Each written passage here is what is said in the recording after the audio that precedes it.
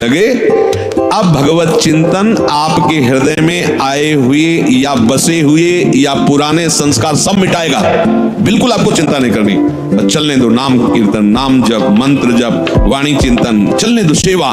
ये जितनी गंदगी, चुप रहो, देखते रहो, उबने की जरूरत नहीं, खिन्न नहीं होना, ना हर्षित होना है। दोनों बात समझ, खिन्न हो गए तो वो टिक जाएगा, ऐसा क्यों नहीं है। उसमें गंदगी जो धुलाई हो रही तो निकलेगी सब बाहर। शांत एकदम, बहुत गंभीर होना चाहिए उपासक। इस स्थिति वाले को एकदम घबराना नहीं चाहिए। वो फिर अच्छी बातें भी डालता है जो संसार में सुखद मानी जाती है, उसमें आपको हर्षित नहीं होना, तटस्थ। यहां तक कि वो भागवतिक बातें भी डालेगा तो आपको भी गंभीर रहना है, क्योंकि वो थोड़ी देर जब समझ गया कि ये भागवतिक बात को सुनता है, तो जहां भागवतिक बात दी आप सुनने लगे तो अपनी पेशगी कर देगा। आप समझ ही नहीं पाओगे, दस्तखत करवा लेगा। बहुत चतुर है। इसीलिए सबसे बड़ा चतुर सृष्टि में कौन है? रामाय भजते चतुर नर, उसे सुजान कहा गया है, क्योंकि इन सब चतुरों को भी काबू में करने की सामर्थ्य भगवान नाम जापक में है। एक एक हरकत वो मन की देखता रहता है, एक एक हरकत, छोटी सी छोटी उसकी चेष्टा। अच्छा समझ में आ रहा है? ठीक, कुछ नहीं, कोई नहीं बिगाड़ सकता। बस आप झुकना नहीं इस पे। बाहर की बात नहीं कह रहे, यहां की बात। आप उदास मत होना, आप निराश मत होना, और आप इनके आगे झुकना नहीं। इन दुष्टों के समुदाय के आगे एक से एक पेशगी देंगे, आपको निराश करने की चेष्टा करेंगे, आपको ऐसा कर देंगे कि लगेगा भी इस भोग के बिना तो हम जी नहीं सकते, अब ये भोग भोग ले, फिर भगवान मिले या ना मिले। झुकना मत इनके आगे। ये दुष्ट प्रवृत्तियां आपको रौंदने की चेष्टा कर, और आप तभी नहीं झुकेंगे जब मत परायणा। भगवदास, अगर भगवदास शरीरी तो बातें बोलते रहो, कुछ चले होने वाला, वो अपने आप वहीं आपको आकर्षित कर लेंगे। तो जो भगवद आश्रय छोड़ चुका है और संसार का आश्रय लिए है, तो चाहे जितनी चतुराई करे, संसार का ही चिंतन होगा। और संसार का चिंतन है विषयों का चिंतन, और विषयों का चिंतन है दुर्गति।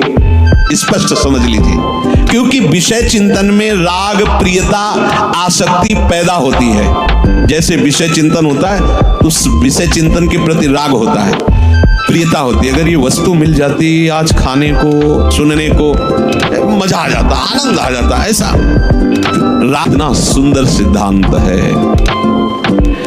रहो न कबहू कतहू कछु मेरो अपनो काम। अब अपने लिए कोई कार्य नहीं रह गया है।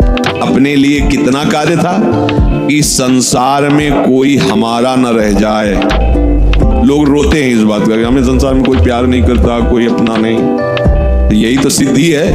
आओ इधर, हमारे मार्ग में ये लाभ है कि कोई हमें प्यार न करे।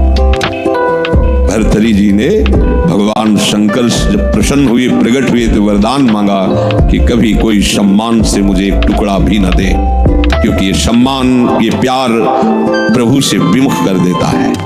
देखो हम जी तुम्हारे बिना जी नहीं सकते, तुम चले गए तो मेरा क्या होगा। अब वो उसकी बात में ही समझो तुम्हें कितना प्यार कर रहा है। वो क्या कह रहा है? तुम चले गए तो मेरा क्या होगा। ये प्यार है। क्या सोच रहा है वो? मेरा क्या होगा। बस पकड़ लो, कोई तुम्हारा नहीं। कोई तुम्हें जो बहुत प्यार करता हो उसकी बात सुनना, उसमें आप अगर विवेक जागृत है तो उसमें गंध मिलेगी केवल स्वार्थ की, केवल स्वार्थ की। कहीं किसी कोने में तुम्हें प्यार नहीं मिलेगा। पूरी प्यार की जो स्वांग भरी वृत्ति है उसमें केवल स्वार्थ नृत्य कर रहा होगा, केवल वासना नृत्य कर रही होगी, केवल कामना का तांडव होगा। बस विवेक से देखना, अगर विवेक नहीं तो सब। जब साधक भगवद आश्रय नहीं लेता तो कहीं न कहीं उसके हृदय में भोक्ता और कर्ता भाव बना रहता है, अहंकार के कारण। फिर वो विषयों का चिंतन करता है। बहुत ध्यान देने योग्य बात है। विषयों का भोग तो बाद की बात है, हमारी दुर्गति का प्रधान कारण विषय चिंतन है। इसीलिए भगवान ने कहा है कि जो मेरा चिंतन करता है निरंतर, उसके लिए मैं सुलभ हो जाता हूं। अनन्य चेता सततम यो माम स्मरत नित्य साहा तस्याहम सुलभा पार्थ। मैं उसके लिए सुलभ हो जाता हूं। अब यहां ध्यान देना है कि विषय क्रिया नहीं हुई, लेकिन केवल चिंतन आपके हृदय को बर्बाद कर देगा। इसलिए कहा गया कि एक क्षण भी भगवत चिंतन छूटा तो हानि हो गई। ऐसे संस्कार गलत अंदर डाल देगा, वो जलाते रहेंगे। मन जो है ना ऐसी स्थिति पैदा कर देगा कि ये ज्ञान विज्ञान आपकी समझ में ही नहीं आएगा।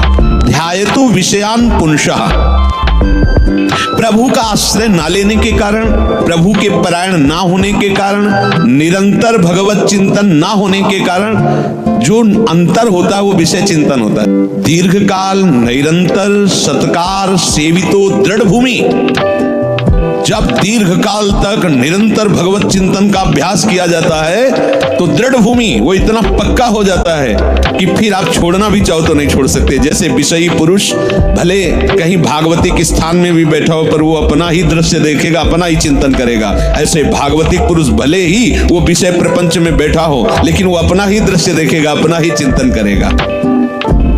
तो जो भगवत परायण नहीं होते, प्रभु का निरंतर चिंतन नहीं करते, उनका विषय चिंतन ही होता है, वो विषय चिंतन ही करता है ऐसा नहीं कह रहे, स्वाभाविक होता है विषय चिंतन उससे, क्योंकि भगवत परायण नहीं है, निरंतर भगवत भजन का अभ्यास नहीं किया तो होगा क्या, विषयों को भोगता रहा है, उसी कर्तृत्व भोक्तृत्व भाव का चिंतन होता रहता है।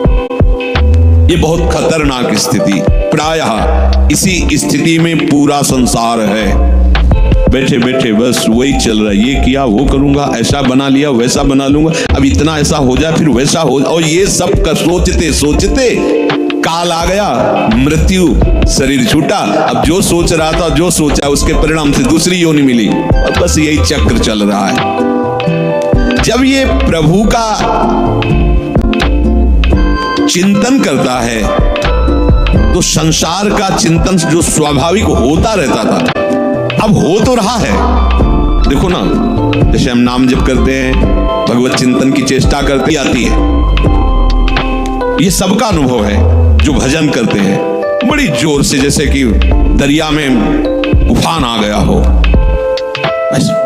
एक से गंदी से गंदी, मतलब जो आपको भी लगेगा कि यार ऐसी बात कैसे हो सकती है, बिल्कुल घृणित, वो आराध्य देव पर घृणित भाव, वो अपने गुरुदेव पर घृणित भाव, वो कुछ भी डरना नहीं तो समझना ये आपके, तो आपको लगेगा कि कितना नीच हूं, कितना गंदा हूं, क्या क्या सोच रहा हूं, कैसे, मतलब कुछ नहीं, समझना बिल्कुल तटस्थ भूमिका होनी चाहिए। मैं थोड़ी सोच रहा हूं, ये सब गंदी नाली के कीड़े की तरह मन इंद्रिया भोगों में रहे, अभी गंदगी फेंक, बिल्कुल तटस्थ। अरे मैं प्रियाजू के लिए क्या सोच रहा हूं, मैं लालजू के लिए क्या सोच रहा हूं, और मैं गुरुदेव के लिए क्या, बिल्कुल नहीं। ये बेईमान लोग हैं, ये हमको भयभीत करेंगे, हमारी निष्ठा बिगाड़ेंगे, हमारा भाव बिगाड़ेंगे, बिल्कुल नहीं मानना।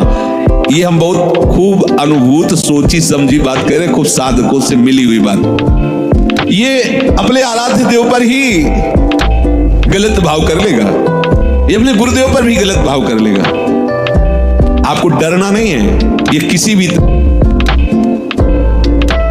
आसक्ति और विषय सेवन की